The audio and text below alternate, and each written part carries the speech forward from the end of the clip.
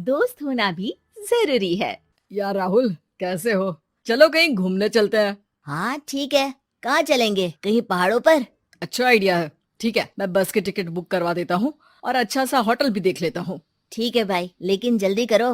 Life में इतना stress हो गया है कि कुछ दिन का रेस्ट तो बहुत जरूरी बन गया है। राज का शाम को फोन आता है राहुल के पास। राहुल, मैंने टिकट बुक करवा दिया है। आज शाम की ही बस है। जल्दी से सामान पैक कर लो। ठीक है, सामान तो मैंने पहले ही पैक कर लिया है। अब तो बस शाम का इंतजार है, जब हम बस पकड़ेंगे और निकल पड़ेंगे धर्मशाला की ओर। शाम को दोनों दोस्त बस स्टॉप पर मिलते हैं और फिर वहाँ से निकल पड़ते हैं शिमला की ओर। सुबह होते होते ये दोनों दोस्त शिमला पहुँच गए, जहाँ ये होटल पहुँचे और वहाँ से निकल पड़े पहाड़ों पर घूमने। राज, यहाँ पहाड़ों पर कितना सुकून है ना। दूर दूर तक सिर्फ और सिर्फ पहाड़ ही है, और घूमने आए लोग भी यहाँ कितनी मस्ती कर रहे हैं। हाँ भाई, ये तो है। चलो कुछ खा ले। दोनों एक रेस्टोरेंट पे पहुंच गए। वहाँ इनकी रेस्टोरेंट चलाने वाले लड़के से दोस्ती हो गई, जिसका नाम जितेंद्र था। जितेंद्र, तुम यहाँ कब से हो और रेस्टोरेंट खोलने का प्लान कैसे बनाया? अरे भाइयों, मैं तो यहीं का हूँ। बस बाहर कुछ साल के लिए गया था नौकरी करने, पर फिर लौट आया और अपने यहाँ ही रेस्टोरेंट खोल लिया। पिछले 6 साल से यहीं पर हूँ। अरे लेकिन जितेंद्र, एक बात तो बताओ, रेस्टोरेंट ही क्यों? कुछ और काम क्यों नहीं? और भैया, अपना तो ये मानना है कि आदमी दुनिया में कहीं भी हो, लेकिन उसे भूख तो लगेगी ही, और इसके लिए उसे खाना तो चाहिए ही।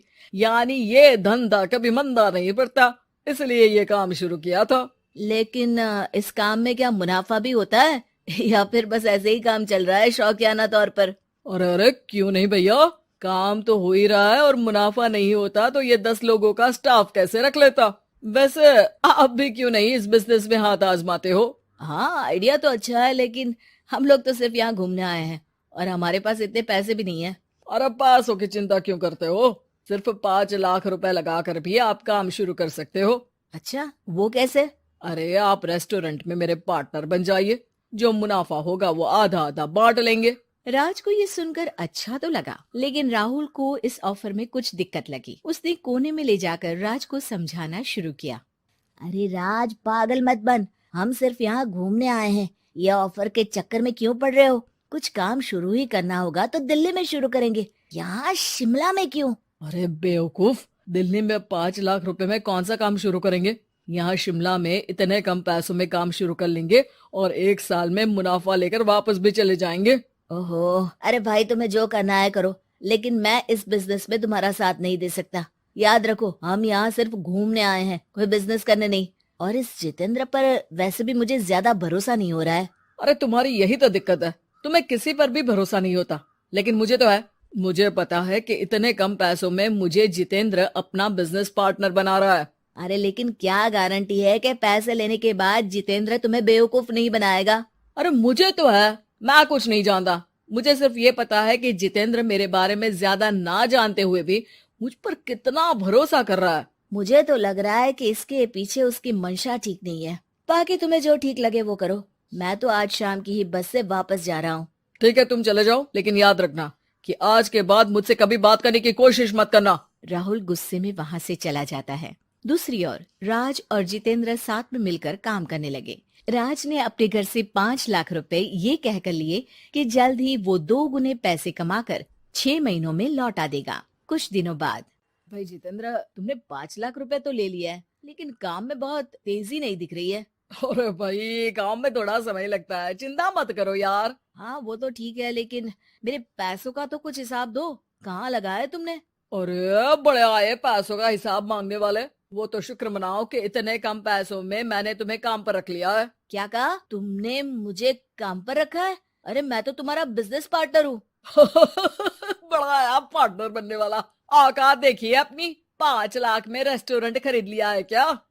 ऐसा है तो मेरे पैसे वापस करो, मुझे तुम्हारे साथ काम नहीं करना है। अरे पैसे कैसे, वो सब तो काम में लग गए। अब तुम्हें वापस जाना है तो चले जाओ, कोई पैसा नहीं मिलने वाला है। राज को अपने साथ होने वाले धोखे का एहसास हो चुका था, लेकिन तब तक देर हो चुकी थी। उसे अपने दोस्त राहुल की याद सताने लगी, जिसने पहले ही आगाह कर दिया था कि इस बिजनेस में धोखा है, लेकिन अब तो देर हो चुकी थी। राज को अब कोई रास्ता नहीं सूझ रहा था। जितेंद्र भाई, मेरे पैसे वापस कर दो ताकि मैं लौट जाऊं। मुझे अब तुम्हारे साथ कोई काम नहीं करना भाई। ये सुनते ही जितेंद्र अपने कुछ साथियों के साथ राज पर टूट पड़ा और उसकी जमकर पिटाई कर दी। राज बेहोश हो चुका था। जब उसने आंख खोली तो उसे अपने सामने पूरा परिवार, पुराना दोस्त राहुल भी दिखा। सभी को देखकर राज की आंख में आंसू आ गए। राहुल, मुझे माफ कर दो।